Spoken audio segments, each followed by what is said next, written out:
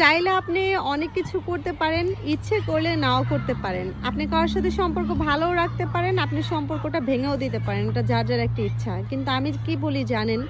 আপনাদের কি মনে হবে আমি জানি না এই কথাগুলো শুনে। হিংসার বিষয়ে আমি আজকে একটু কথা বলতে চাচ্ছি। যারা হিংসা করে বা যাদের সাথে করে, যার সাথে করবে, যারা করবে তাদের থেকে কম বেশি অবশ্যই আছে। যেমন আমার সাথে যদি কেউ হিংসা করে আমি অবশ্যই প্রাউড ফিল যে ওই ব্যক্তিটা আমার থেকে গুণে, রূপে, কাজে, কর্মে, ব্যবহারে, সম্মানে, থাকায়, পরিবেশে, মাতৃত্বে সব কিছুর দিক থেকে অনেকটাই কম আছে। সেজন্য ওইরকম ব্যক্তি আমাকে দেখে হিংসা করে। কারোর সাথে যদি মিলে যায় আমার কিছু করার নেই, আর মিললেও আমার কোনো যায় আসে না।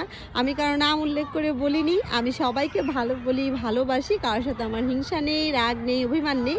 এত দূর আসতে পেরেছি আলহামদুলিল্লাহ। আর যাদের সাথে হিংসা করেন আর যাদের সাথে হিংসা করেন তারা প্রাউড ফিল করবেন যে ওই ব্যক্তিটা আমার সাথে হিংসা করে সেজন্য যে তার থেকে আমি অনেক উপরে আছি। অন্য একটি ভিডিওতে কথা বলি। আল্লাহ হাফিজ।